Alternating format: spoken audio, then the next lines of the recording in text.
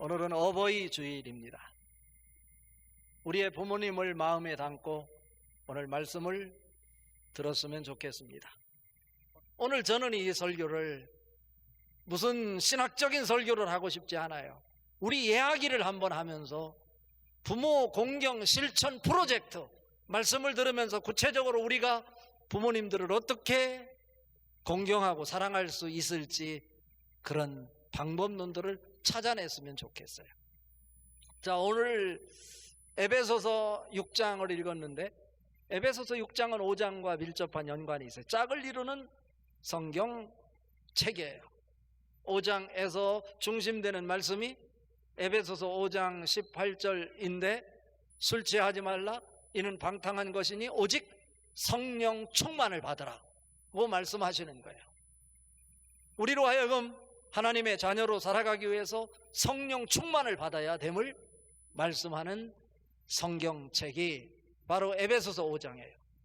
그런데 우리는 성령 충만 받으면 가슴이 뜨거워지고 그래서 하늘의 기쁨을 체험한다 이런 이야기를 하는데 그 자체가 목적이 아니라는 거죠. 성령 충만을 받아 가슴이 뜨거워졌을 때 그 열정을 어느 방향으로 이끌 것인지를 안내하는 것이 성령 충만의 목적이다라고 하는 거예요. 그 방향을, 세 방향을 오늘 성경은 제시하는데 성령 충만하여 가슴이 뜨거워져 나에게 비전이 생겼을 때 부부 관계는 어떻게 만들어야 할까? 그리고 부모와 자녀가의 관계는 어떻게 이루어져야 할까? 상사와 부하의 관계, 주인과 종의 관계는 어떻게 이루어져야 건강한 관계일까를 이야기하고 있어요. 그 중에 오늘 저는 어버이 주일을 맞이해서 부모와 자녀의 관계 속에 어떻게 하는 것이 건강한 관계로 하나님이 기뻐하시는 모습일까를 생각해 보면서 은혜를 나누려고 합니다. 간단해요. 오늘 읽은 말씀 4절 가운데 첫 번째 주는 제목은 뭐냐면 부모 공경에 대한 주 안에서의 사명이 있어야 한다라고 하는 거예요. 오늘 1절 말씀 같이 읽어봅니다. 자녀들아 주 안에서 너희 부모에게 순종하라 이것이 옳으니라. 자녀들이라고 하지만 부모님이 요구하는 말씀 앞에 조건 없이 순종한다는 것 쉽지 않아요. 내가 어렸을 적 그 생각을 하지 않고 시대의 흐름 속에 우리 부모님들은 연세가 들어 또 시대 감각에 둔할 수 있어요. 그러니 우리가 볼 때 부모님이 하시는 말씀이 시대 감각에 맞지 않는 말씀으로 들려질 수 있다 이런 거예요. 그런데 지금 오늘 성경은 뭐라고 얘기하냐면 너가 성령 충만하여 예수 그리스도를 모시고 사는 사람이라면 너가 이 땅에 존재하는 이유가 그 부모님 너를 위해서 평생 살아서 지금은 가족밖에 없어. 보잘것없는 모습으로 다 늙어버린 부모이지만 그 말씀에 순종하라. 이것이 옳으니라. 따지지 말라는 거예요. 그런데 이것이 쉽냐고요. 그래서 단서를 붙이기를 뭐라고 그러냐면 주 안에서 라고 하는 거예요. 너가 이 땅에 있어야 되는 이유, 너가 존재한 이유가 부모님에게 있다고 하면 상황을 보지 말고 이유를 막론하고 부모님이 하시는 말씀 앞에 부모에 대한 공경, 이건 주 안에서 너에게 주어진 사명이다. 이건 해도 되고 안 해도 되는 것이 아니라 반드시 지켜야 될 사명이다 라고 말합니다. 여기서 자녀들아 라고 할 때 헬라어 원어로 테크나 라는 단어를 써요. 이것은 어린 아이로부터 나이가 60이 됐던 70이 됐던 결혼을 하지 않고 싱글로 살아가는 사람들에게 주는 메시지라고 하는 단서를 붙여요. 여러분이 지금 혼자 살고 계시는 분 있습니까? 부모님을 그렇게 사랑하고 또 공경하는 것, 우리는 죄성을 가지고 있기 때문에 그리 쉽지 않지만 부모를 향한 공경에 대한 것은 주님께서 나에게 준 사명이다. 이것은 어떤 때 가능하냐면 내가 주님의 사랑을 품을 때 부모 공경에 대한 정신을 품을 수 있다라는 거예요. 우리가 주님의 기뻐하시는 관점에서 보면 못할 것이 뭐 있겠어요? 내 느낌으로, 내 지식으로 그 상황을 대하는 것이 아니라 내 느낌, 내 지식을 초월하여 주님이 기뻐하시는 관점에서 부모를 대하게 될 때 용서하지 못할 것이 뭐가 있겠어요? 사랑하지 못할 게 뭐가 있겠어요? 그런 의미에서 우리는 우리 자신을 살펴보며 내 속에 주님이 살아계신가를 살펴야 된다라고 하는 것입니다. 주 안에서 순종하라, 이 말씀은 헬라어 원어 성경에 보니까 휘파쿠에 텐 엔 퀴리오라고 얘기하고 있어요.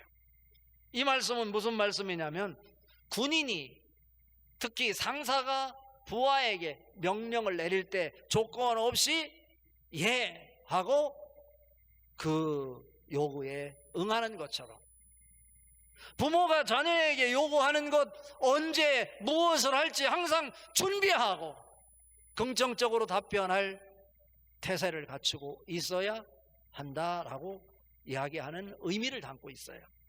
그리고 이것은 그리스도와 제자의 관계 속에서 나오는 이 용어로 사용되고 있다는 거예요. 그리스도와 제자가 그 제자의 관계가 되려면 그냥 되는 것이 아니고 그리스도에 대한 사랑이 있을 때 진정한 제자가 되는 거예요. 우리나라가 OECD 국가 중에서 자살률이 1위라고 그래요. 왜 그럴까요? 여러 가지 이유를 대지만 하나님 말씀에 근거해 볼 때 우리 속에 주님이 계시지 않기 때문에 그래요. 자, 오늘 읽은 말씀 2절 말씀 또 같이 읽어봅니다. 내 아버지와 어머니를 공경하라. 이것은 약속 있는 첫 계명이니. 무슨 얘기입니까? 이것은요, 이미 어른이 된 가족을 이룬 사람들에게 주는 말씀이에요. 어느 날 보니 부모님이 껍데기만 남았어요. 힘도 자식에게 다 옮겨가고 몸집도 작아졌어요. 성경은 그런 부모를 공경하라 말씀합니다. 껍데기만 남은 부모이지만 그 부모를 사랑하고 존중히 여기라 이야기합니다. 여기서 내 부모를 공경하라 할 때 이 공경하라는 히브리어로 카베드라고 하는 단어를 써요. 여기서 카베드라고 하는 단어는 무겁다, 가치를 두다 라고 하는 얘기예요. 여기서 공경하다라는 단어에 반대되는 개념은 무엇일까요?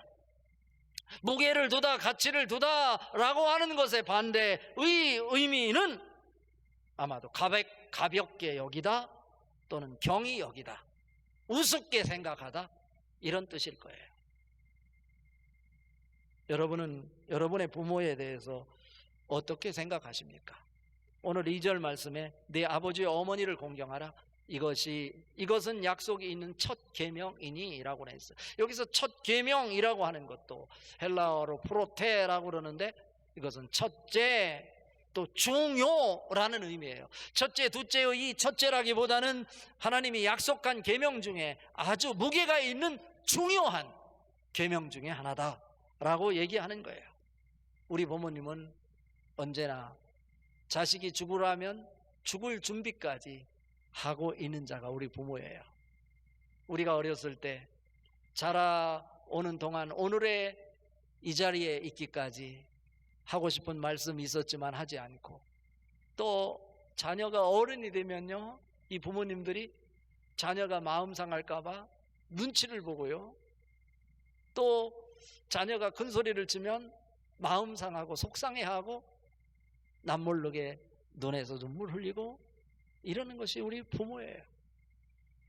그런데 우리가 여기에 있기까지 우리를 끝까지 목숨 걸고 지켜주신 분이 우리 부모라고 하는 사실입니다. 그런데 우리들은 자기가 잘나서 저절로 큰 줄 알고 부모님을 무시하고요. 성경은 부모님을 공경하라고 하는데 부모를 공경하기는커녕 부모를 공격하며 사는 것이 우리들의 모습이 아닌가 싶은 거예요. 잠언 23장 25절과 잠언 23장 22절 그리고 출애굽기 20장 2절 말씀 차례대로 읽어보면서 하늘의 음성으로 들을 수 있기를 바랍니다. 같이 읽겠습니다. 내 부모를 즐겁게 하며 너를 낳은 어미를 기쁘게 하라. 너를 낳은 아비에게 청종하고 내 늙은 어미를 경히 여기지 말지니라. 내 부모를 공경하라. 그리하면 내 하나님 여호와가 내게 준 땅에서 내 생명이 길리라. 우리가 건강을 위해서 좋은 보약을 먹어서 내가 오래 사는 것이 아니라는 거예요. 부모를 공경하면 하나님께서 그 자녀를 이 땅에서 생명이 길도록 장수의 복을 주시겠다 말씀하여 생명은 하나님의 손에 달려 있습니다. 왜 우리가 부모를 공경해야 되는데 공경하지 않고 공격하는 것입니까? 성경의 답은 내 속에 주님이 계시지 않기 때문이다 라고 하는 거예요. 오늘 말씀의 결론은 이런 거예요.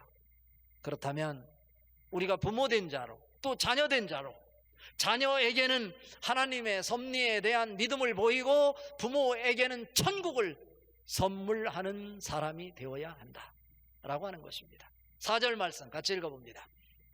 또 아비들아 너희 자녀를 노엽게 하지 말고 오직 주의 교훈과 훈계로 양육하라 말씀하고 있습니다. 이 말씀은 부모에게 주시는 말씀입니다.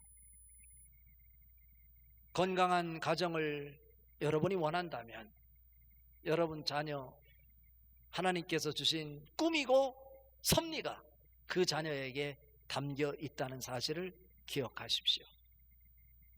애굽의 바로왕 이스라엘 백성들이 번창하는 것을 보고 위협을 느끼고 이스라엘 자녀들 중에 산의 아이가 태어나면 하수구에 집어 던져 죽게 하라 명령을 내렸어요.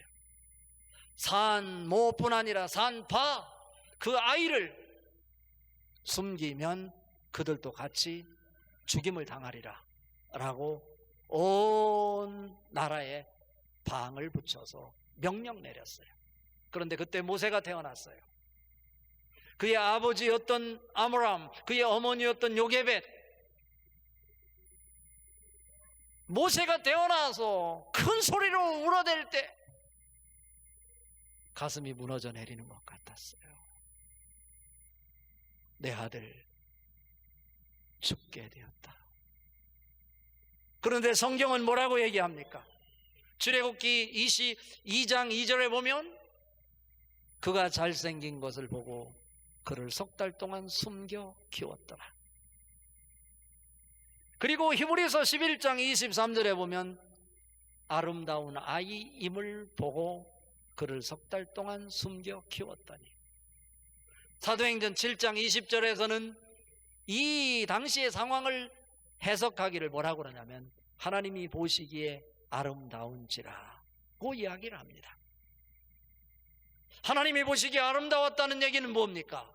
피덩이 아이였지만 울어대는 그 아이의 모습 속에서 하나님의 섭리와 뜻이 담겨 있는 것을 볼 수 있었다, 이런 말씀이에요. 그 아이를 숨기면 자기가 죽는다는 거 알지만 하나님의 뜻이 그 아이에 담겨 있다면 내가 죽더라도 그 아이를 살려내야 된다.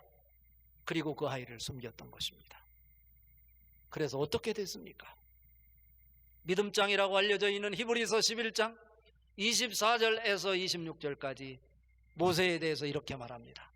믿음으로 모세는 장성하여 바로의 공주의 아들이라 칭함받기를 거절하고 도리어 하나님의 사람들과 고난받기를 잠시 제약의 낙을 누리는 것보다 더 좋아하고 그리스도를 위하여 받는 수모를 애굽의 모든 보화보다 더 큰 재물로 여겼으니 이는 상 주심을 바라봄이라. 어떻게 가능해요? 자기가 누릴 수 있는 모든 것들 다 포기하고 그것이 하나님의 기쁨이라면 기꺼이 하나님 사람들과 고난받는 길을 택하겠다. 하나님의 사람의 모습 아닙니까? 그런 모습으로 우뚝 설 수 있었던 것은 그냥 만들어진 것이 아니라 그의 부모님의 신앙 교육이 있었기에 가능했다. 여러분 자녀를 함부로 대하지 마십시오. 하나님의 말씀으로 훈계하십시오. 그리고 아이들 모습 속에서 하나님의 섭리와 뜻을 보십시오. 빌립보서 2장 13절에 보면 너희 안에서 행하시는 이는 하나님이시니 자기의 기쁘신 뜻을 위하여 너희로 소원을 두고 행하게 하시나니 라고 말씀하고 있고, 빌립보서 1장 6절에 보면 너희 안에서 착한 일을 시작하신 이가 그리스도 예수의 날까지 이루실 줄을 우리는 확신하노라. 그 아이에게 숨겨진 하나님의 뜻이 반드시 이루어질 줄로 믿습니다. 이런 믿음이 우리에게 있어야 된다 이거예요. 부모님을 향해서는 어떻게 해야 될까요? 좋은 옷을 사주는 것도 중요해요. 현찰로 부모님에게 감사의 표현하는 것도 좋아요. 오늘 어떤 청년이 담임 목사에게 부모님의 은혜에 감사하다고 이 꽃을 주었어요. 어제 저녁에는 저희 집 아이들이 꽃을 사왔더라고요. 그리고 또 다른 자녀는 또 저에게 감사하다고 봉투를 주더라고요. 얼마 되지 않지만 자기들을 낳아준 부모의 은혜를 잊지 않고 마음을 담아서 전달해 주는 것이 얼마나 감사한지. 골로새서 3장 20절을 같이 한번 읽어보려고 그래요. NIV 영어 성경으로 읽어보려고 그러는데요, 거기에 보면 Children, 자녀들아, obey your parents in everything. 여기서 중요한 것은 내 자녀들아 모든 일에 부모에게 순종하라 이렇게 나왔는데, 그대로 직역해보면 자녀들아 복종하라, your parents, 너의 부모님들에게 복종하라. 그런데 좋은 때만, 어떤 때는 순종하고 어떤 때는 순종하지 않는 것이 아니라 in everything이에요. 내 마음에 들지 않더라도 어떤 상황 속에서라도 부모의 말씀이라면 순종하라. 꼭 기억하시기를 바랍니다. 왜냐하면 for this pleases the Lord예요. 여기서 pleases라고 하는 것은 기쁘게 하다예요. 우리 성경에는 이는 주 안에서 기쁘게 하는 것이니라 이렇게 했지만, 이것을 직역하면 이는 주님을 기쁘시게 하는 것이기 때문이다 라는 거예요. 우리는 마음에 들지 않는 부분이 있을지라도 부모님이 말씀하시니 그 말씀 앞에 조건 없이 순종했더니 하나님이 기뻐하신다, 이런 말씀이에요. 우리는 하나님이 기뻐하시는 일을 위해서 존재하는 사람 아닙니까? 오늘도 부모님을 가슴에 담고 부모님 은혜에 감사하는 여러분 될 수 있기를 바랍니다. 어느 부모님이 자식에게 쓴 편지를 제가 읽어드리면서 오늘 말씀을 마무리하려고 합니다. 내 사랑하는 자녀야, 언젠가 우리가 늙어서 약하고 지저분해지거든 인내를 가지고 이해를 좀 해다오. 우리가 늙어서 음식을 흘리면서 먹거나 옷을 더럽히고 옷도 잘 입지 못하게 되면 너희가 어렸을 적 먹고 입혔던 시간들을 떠올리면서 미안하지만 우리의 그런 모습을 조금만 참고 받아다오. 음식을 먹기 싫어하거든 우리에게 억지로 먹이려고 하지 말아다오. 언제 먹어야 하는지 혹은 먹지 말아야 하는지 우리가 잘 알고 있단다. 너희가 어렸을 때 좋아하고 듣고 싶어 했던 이야기를 잠이 들 때까지 되풀이하면서 셀 수 없이 들려준 것처럼 우리가 늙어서 했던 말을, 늙어서 했던 말을 자주 반복하더라도 말하는 중간에 말을 막지 말고 끝까지 들어주면 좋겠다. 점점 기억력이 약해진 우리가 새로 나온 기술을 모르고 자주 잃어버리거나 말이 막혀 대화가 잘 안 될 때면 기억하는데 필요한 시간을 좀 내어주지 않겠니? 혹시 우리가 기억을 못 해내더라도 너무 염려하지 말아다오. 너희가 어렸을 때 우리에게 가장 소중했던 것은 너희와의 대화가 아니라 너희와 함께 있었던 것이란다. 또 우리가 다리에 힘이 없고 쇠약하여 잘 걷지 못하게 되거든 너희가 어릴 적 뒤뚱거리며 걸음마를 처음 배울 때 우리가 너희에게 한 것처럼 손만 잠시 빌려다오. 비록 너희를 키우면서 많은 실수를 했어도 부모로서 줄 수 있는 가장 좋은 것들과 너희에게 얼마나 많은 것들을 가르쳐 주었는지 아느냐? 상하지 않은 음식을 먹는 법, 옷을 어울리게 입는 법, 너희 권리를 바르게 주장하는 방법 등 부모로서 보여줄 수 있는 최고 좋은 삶을 너희에게 보여주려고 몸부림치고 애쓰면서 최선을 다했다는 것만은 잊지 말아다오. 사랑하는 내 아들아, 그리고 사랑하는 내 딸아, 너희가 어디에 있든지 천국 가는 그날까지 우리는 너희 모든 것을 사랑한단다. 이것이 부모의 마음이에요. 오늘도 이 부모의 마음을 담고 부모님에게, 오늘 또 밤잠 이루지 못하고 있는 그 부모님들에게 영원히 죽지 않고 사는 천국을 선물할 수 있기를 주님의 이름으로 축복합니다.